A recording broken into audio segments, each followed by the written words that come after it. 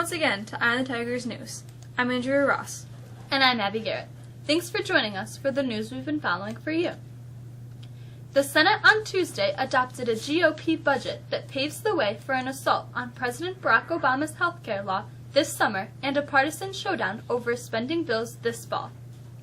The Senate passed the non-binding measure by a nearly party line 51-48 vote. The House adopted it last week. The measure sets a potential path for a balanced budget within a decade. It promises to cut domestic agencies and safety net programs like Medicaid and food stamps, carve up transportation spending and student aid, and curb tax breaks for the poor. Republicans don't plan to adhere to most of its cuts in follow-up legislation, however. And in the near term, the GOP plan promises a $38 billion, 7% increase for the Pentagon that is possible only by padding war accounts. Republicans and many economists say balancing the budget helps the economy in the long run and say it's better to tackle the long-term financial problems of programs like Medicare and Medicaid sooner rather than later. They also promise to relieve the burden of debt that's been passed on to future generations. Baja Ferries, which operates passenger service in Mexico, said it had received a license from the Treasury Department on Tuesday. An attorney for Baja Ferries said he believed that several other ferry services petitions have also been approved. The Treasury Department said it could not immediately confirm that. Baja had yet to request approval from Cuba, but said he was optimistic the service would allow a significant increase in trade and travel between the two countries.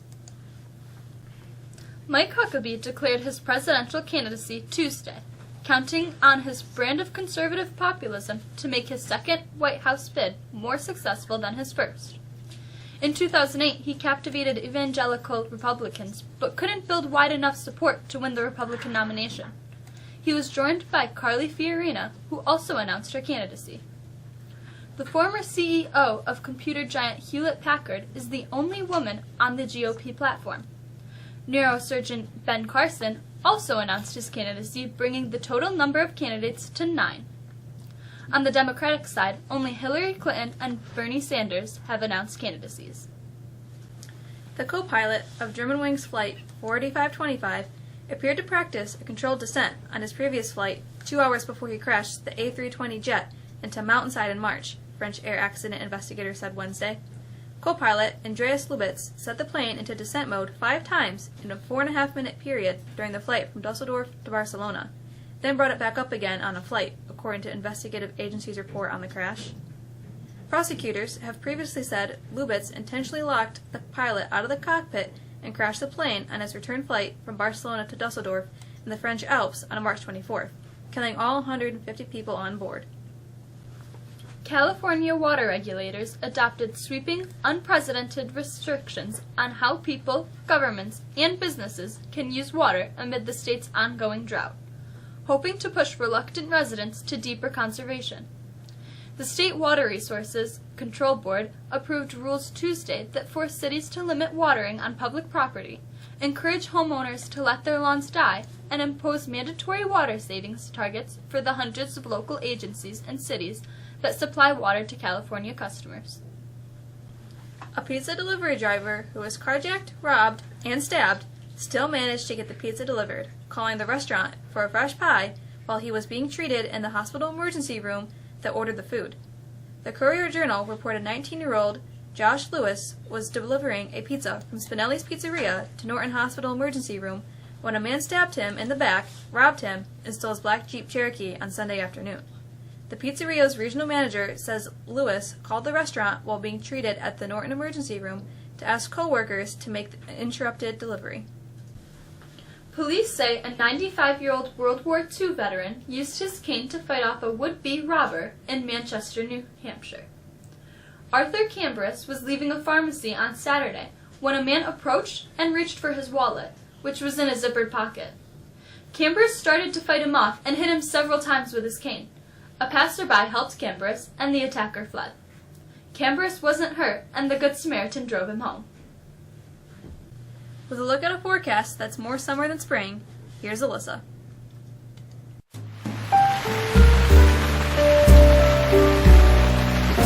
What a terrific forecast we have for you as we head toward the end of the week. High pressure is dominating our weather right now and will continue to do so for the next few days.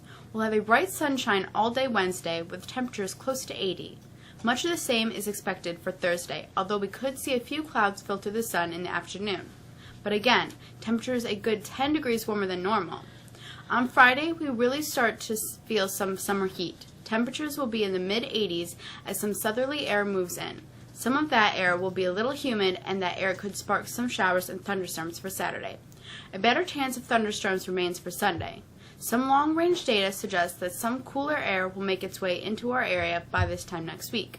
With your forecast, I'm Melissa. With the news in sports, we bring in Patrick Howell.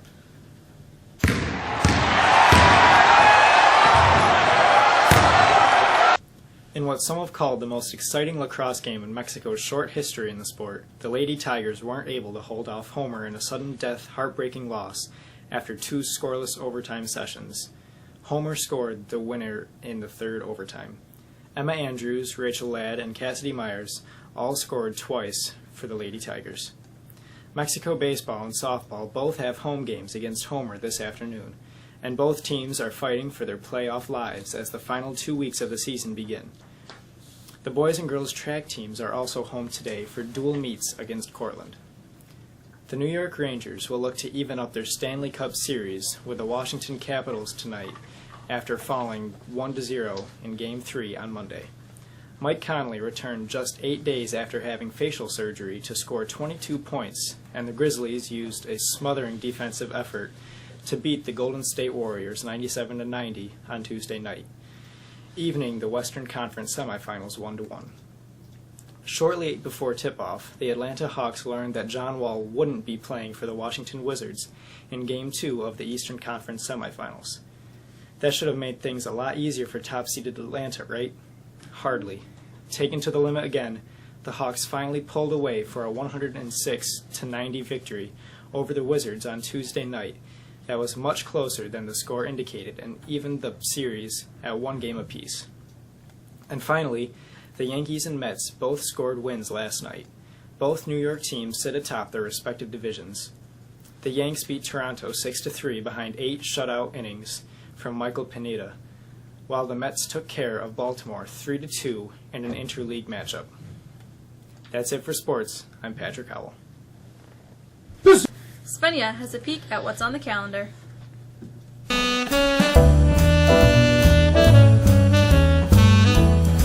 On the calendar for this week, prom tickets will be on sale this week until Friday, May 8th. Tickets may be purchased from Mrs. Harder in room 101. Junior prom guest forts are available from the assistant principal's office. Speaking of the junior prom, the Grand March is a pre-prom celebration that will take place on Saturday, May 16th, beginning at 4:30 p.m. in the Mexico High School Gymnasium. Tickets for the Grand March are on sale now. Tickets are $2 pre-sale and $3 at the door. There will be a blood drive this Saturday, May 9th, 2015 from 8:30 to 1:30 at the Methodist Church in the Village of Mexico. If you would like to support those in need of blood, please sign up to donate during lunches this week. You must have parental permission if you are 16, but any student that is older than 17 is free to donate. You will receive 5 hours of community service for your donation. Please see Mr. Deckman with any questions. The senior dinner dance tickets are on sale now. This price is $45 per person, which includes admission, viewing of selected animals at the zoo, and the buffet-style dinner. Please see Mr. Deckman or Ms. Cernovsky by Monday, June 8th to purchase tickets. Senior dinner dance guest forms will be available Thursday, May 7th. Please stop by the assistant principal's office. And finally, both band and chorus members take the stage tonight at the high school for their annual spring concert. Chorus take the stage at 6. That's it for the calendar. I'm Svenja. And with our history lesson, here's Nathaniel Schrader.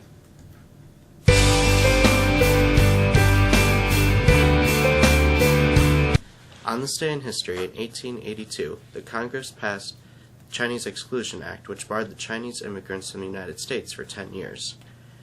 In 1889, the Paris Exposition opened featuring the just completed Eiffel Tower. In 1915, Babe Ruth of the Boston Red Sox hit the first of his 714 Major League home runs in a 4-3 loss to the New York Yankees at the Polo Grounds.